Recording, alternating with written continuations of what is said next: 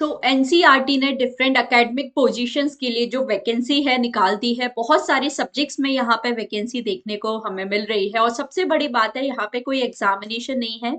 Interview के through आपका जो डायरेक्ट रिक्रूटमेंट है होने वाला है। अब किस सब्जेक्ट में वैकेंसी है, कैसे आप अप्लाई कर सकते हो, क्या यहाँ पर हमें क्वालिफिकेशंस डिमांड की गई है, सारी चीजों के बारे में बात करेंगे। मुझे अगर आप पहली बार देख रहे हैं तो मेरा नाम है जूही और इस चैनल पे मैं आपके लिए क्लासेस लेकर आती हूँ। UGC net set assistant professor examination के पीएचडी रिलेटेड सारे नोटिफिकेशन है, जॉब अपडेट्स है, सब कुछ इस चैनल पे आपको मिल जाते हैं। सो चैनल को आप लोग जरूर से सब्सक्राइब कर लीजिए सो दैट कोई भी इंपॉर्टेंट नोटिफिकेशन अपडेट है आपका बिल्कुल मिस ना हो। और इसी तरह से सारे जॉब नोटिफिकेशन और अपडेट्स भी यहाँ पर मैं आप सभी लोगों के लिए लेकर आती हूँ। बात करते हैं हम लोग एनसीईआरटी डायरेक्टली। मैं आपको जो ऑफिशियल नोटिफिकेशन है इस पर लेकर चलती हूँ और यहाँ पर हमें किस तरीके से पोस्ट दी गई है, क्या सारी डिटेल्स है, हम लोग फटाफट से देख लेते हैं। तो देखिए ये जो नोटिफिकेशन है बिल्कुल अभी आपका रिलीज किया गया है और यहाँ पर आप देख रहे हो कि टोटल 170 वेरियस एकेडमिक पोजिशंस के लिए जो वैकेंसी है निकाली गई है। और यहाँ पर आप देखते हैं कि जो डायरेक्ट रिक्रूटमेंट है होने वाला है एनसीईआरटी और उसके जो लोकेट अलग अलग यूनिट्स है जैसे कि अजमेर, भोपाल, भुवनेश्वर, मैसूर, शिलोंग और जो न्यू दिल्ली सेंटर है उसके लिए। अब कौन से सब्जेक्ट में वैकेंसी है बात करेंगे तो assistant professor, associate professor, professor, तीनों ही लेवल पे यहाँ पे जो वैकेंसी है निकाली गई है।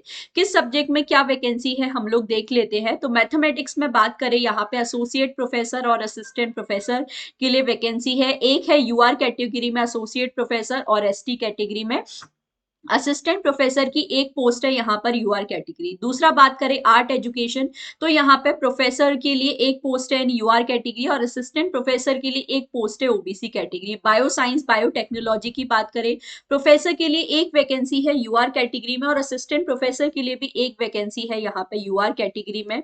इकोनॉमिक्स में बात करें एसोसिएट प्रोफेसर की दो वैकेंसीज हैं आपके लिए यहाँ पर हम लोग बात करें तो ओबीसी कैटेगरी में और असिस्टेंट प्रोफेसर के लिए एक पोस्ट है ओबीसी कैटेगरी में। जूलॉजी में प्रोफेसर का एक पोस्ट है एससी कैटेगरी में, एसोसिएट प्रोफेसर की दो पोस्ट है यूआर कैटेगरी में और असिस्टेंट प्रोफेसर की दो पोस्ट है यूआर कैटेगरी।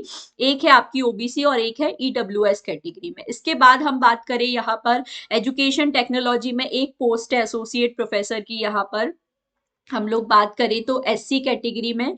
फिर इसके बाद आप देखिए हिंदी में एसोसिएट प्रोफेसर की दो पोस्ट है यहाँ पे यूआर और एससी कैटेगरी में। और एजुकेशन साइंस की बात करें तो प्रोफेसर की टोटल चार पोस्ट है, एसोसिएट प्रोफेसर की दो पोस्ट है और असिस्टेंट प्रोफेसर की दो पोस्ट है, एक यूआर कैटेगरी में और एक है EWS category. Education teacher education की बात करें तो प्रोफेसर का एक पोस्ट है, एसोसिएट प्रोफेसर के तीन पोस्ट है, असिस्टेंट प्रोफेसर की पांच पोस्ट है, यहाँ पे चार है यूआर कैटेगरी में और एक है आपका यहाँ पर ओबीसी कैटेगरी में। फिर इसके बाद हम बात करते हैं एजुकेशन एलिमेंट्री एजुकेशन की बात करें तो प्रोफेसर में एक है, एसोसिएट में दो। साइकोलॉजी की बात करें तो यहाँ पर दो पोस्ट आपके लिए है टोटल, एक है प्रोफेसर एक है एसोसिएट प्रोफेसर। हिस्ट्री की बात करें प्रोफेसर में एक पोस्ट है इन ओबीसी कैटेगरी, एसोसिएट में एक है यूआर कैटेगरी और असिस्टेंट प्रोफेसर में दो पोस्ट है, एक है यूआर और दूसरा है आपका एससी कैटेगरी में। ज्योग्राफी में एक पोस्ट है प्रोफेसर की फॉर ओबीसी कैटेगरी।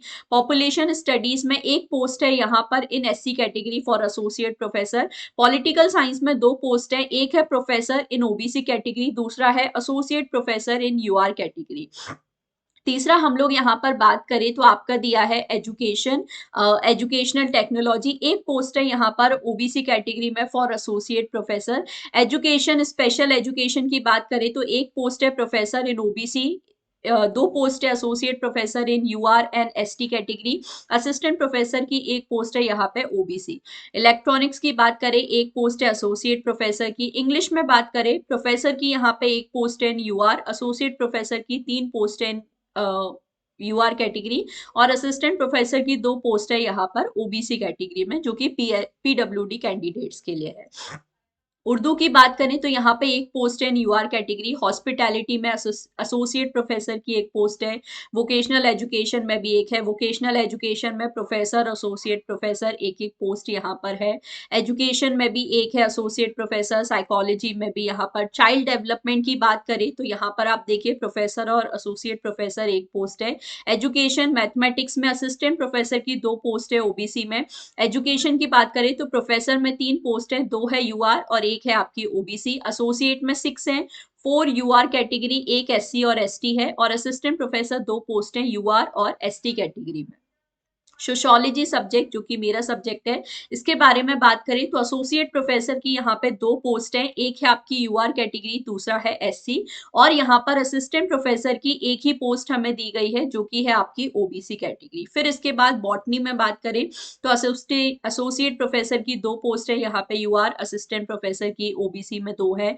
एग्रीकल्चर में आपकी प्रोफेसर की एक है, एजुकेशन फिलोसफी ऑफ एजुकेशन में एक है असिस्टेंट प्रोफेसर, सिक्योरिटी डिफेंस में एक है, फूड टेक्नोलॉजी एंड प्रोसेसिंग में भी एक है, साइकोलॉजी एजुकेशन असिस्टेंट प्रोफेसर में एक है, लैंग्वेज एजुकेशन यहाँ पर भी एक है assistant professor, home science food and nutrition associate professor का एक पोस्ट है, statics associate professor 1 post, computer education assistant professor 1 post in UR category, food and nutrition biochemistry biotechnology professor की एक पोस्ट है, philosophical and sociology foundation of education assistant professor की यहाँ पर एक पोस्ट है।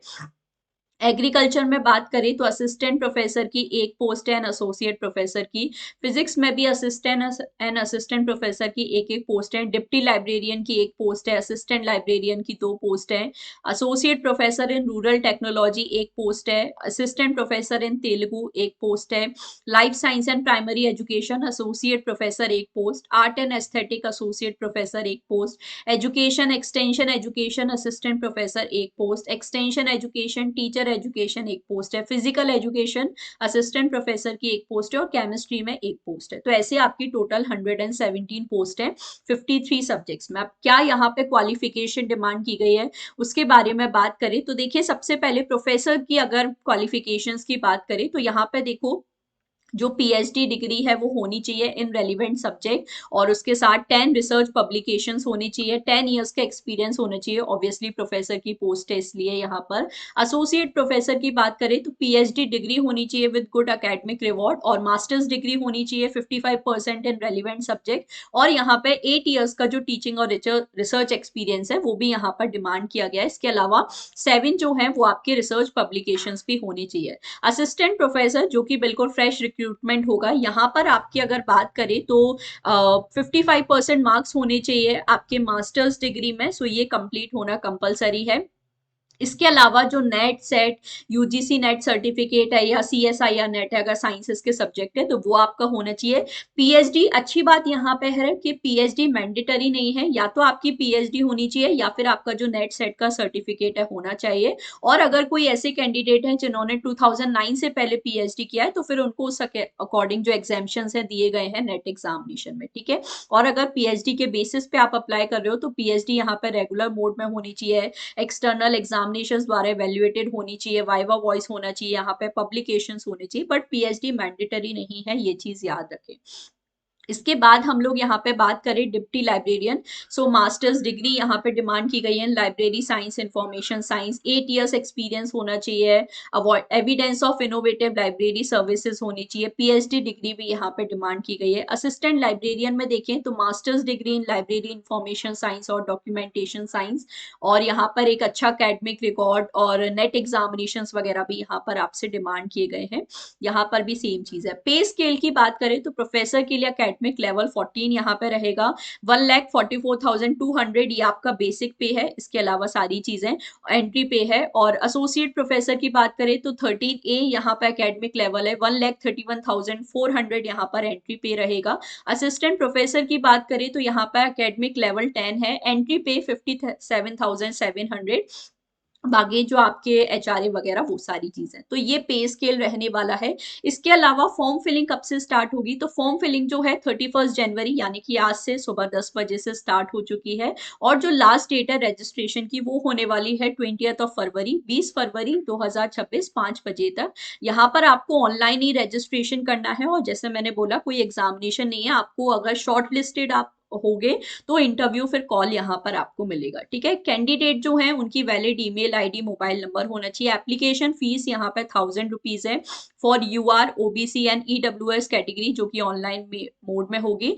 प्लस यहाँ पे जो विमेन एप्लीकेंट्स है एससी एसटी पीडब्ल्यूडी कैंडिडेट्स है उनको एग्जाम्पशन दिया गया है, मतलब आपको फॉर्म फिल करने के लिए यहाँ पे कोई फीस नहीं पे करनी है। तो बिल्कुल अगर आपके सब्जेक्ट्स में वैकेंसी है तो आपको जरूर से अप्लाई करना चाहिए। बाकी सारे जो डिटेल्स हैं, जो मैंडेटरी फील्ड्स हैं, वो ध्यान से फिल करें। कलर्ड पासपोर्ट साइज फोटोग्राफ होने चाहिए, सिग्नेचर और सारे रेलिवेंट डॉक्यूमेंट्स यहाँ पर आपको डिमांडेड रहेंगे। जो भी आपका कास्ट सर्टिफिकेट है, रिजर्वेशन सर्टिफिकेट है, वो सारी चीजें भी आपके पास बिल्कुल ऑथेंटिक जो सेंट्रल लेवल के जो डॉक्यूमेंट्स है होने चाहिए।